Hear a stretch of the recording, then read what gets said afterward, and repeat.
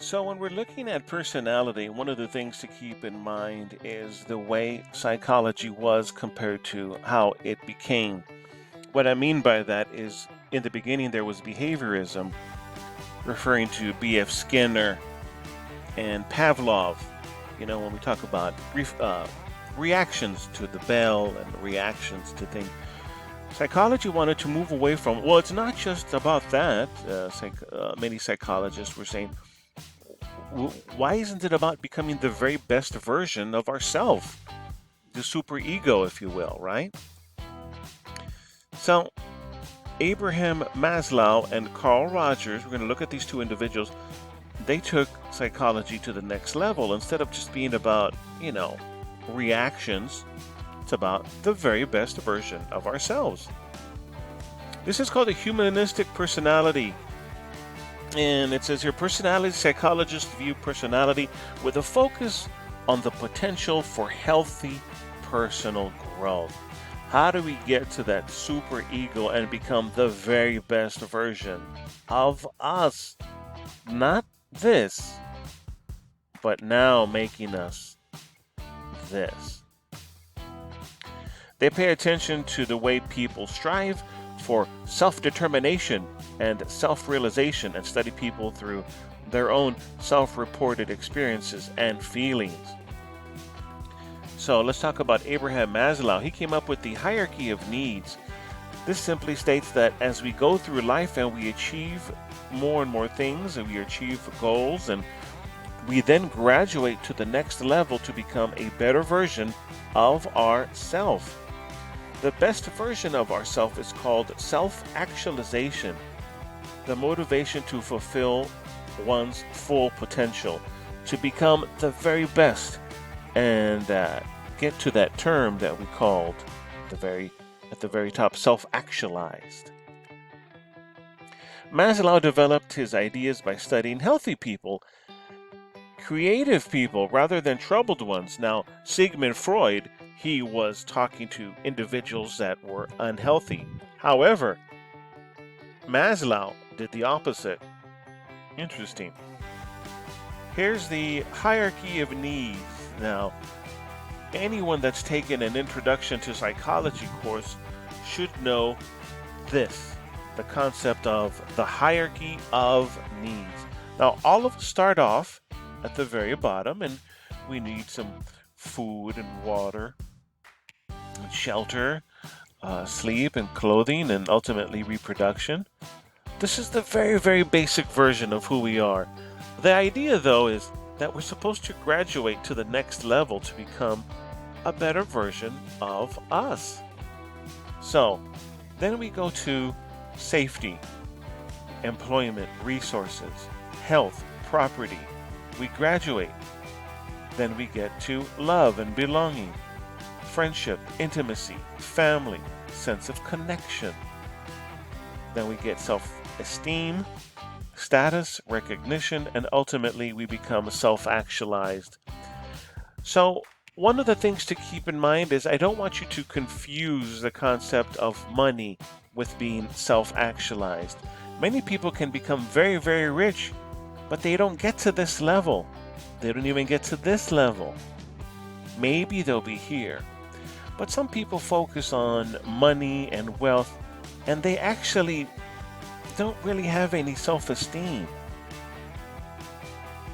And they don't become the very best version of themselves. So don't confuse having a lot of money or having a large home or even having fame with being self-actualized.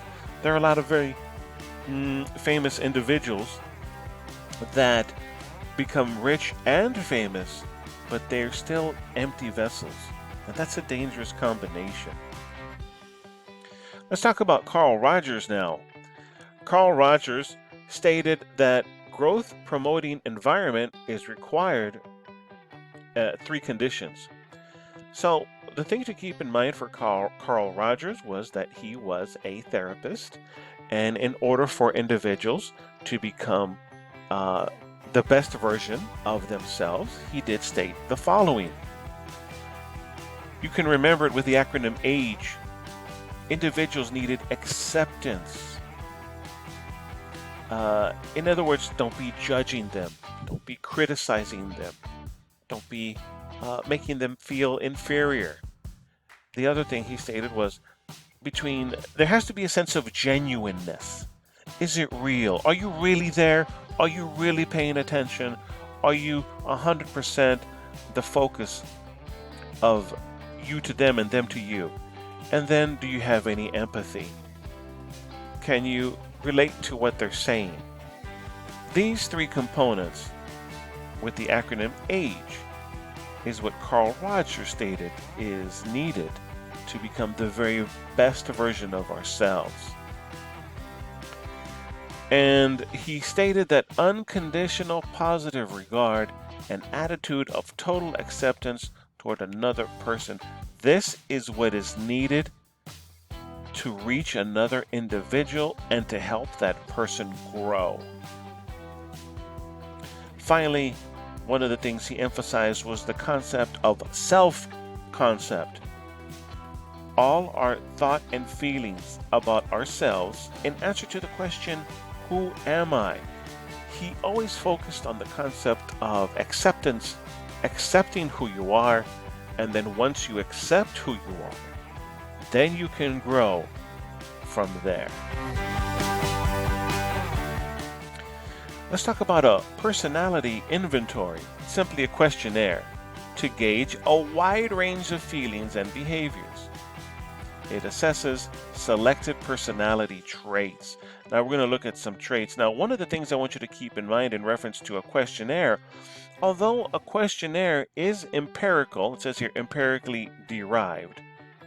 It says here test items on some, but not all personality inventory are empirically derived, meaning it's documented and you can prove that people wrote this.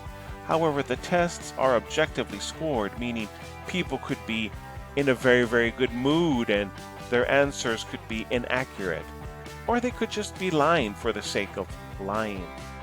So, although a questionnaire is empirical in nature, it's proven, it's written down, we can go back and reference it, it is objectively scored, meaning who knows what kind of mood this person was in when they wrote all of this down. So, one of the more popular forms of personality, of gauging personalities in psychology, is referred to as trait theory. And trait theory is one of those things that many psychologists refer to, and they go back to when looking at personality.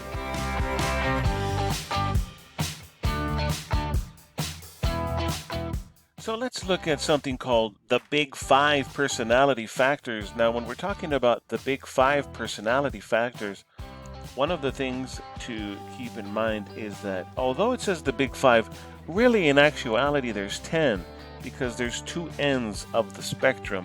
Let's clarify what I mean by that. So there's conscientiousness. Now, where do you fall on the scale? Are you very impulsive or are you organized? If you have a weekend coming up, do you organize your weekend? Do you organize your day? Or are you fall on this spectrum? Are you very impulsive? What is your level of agreeableness? Are you generally uncooperative, resistive, or are you generally trusting? What is your level of neuroticism? Are you calm? Are you secure? Or are you anxious? Do you overthink? Do you worry? Do you have trouble making a decision because you think and then you overthink and then you analyze and then you think about what you analyzed and then you ask people about what you analyzed? Where do you fall on the neuroticism scale? Are you calm or do you tend to over worry about things? What is your level of openness? Do you prefer the routine and the practical, or do you like variety and do you like to improvise? Finally, by the way, C-A-N-O-E spells canoe.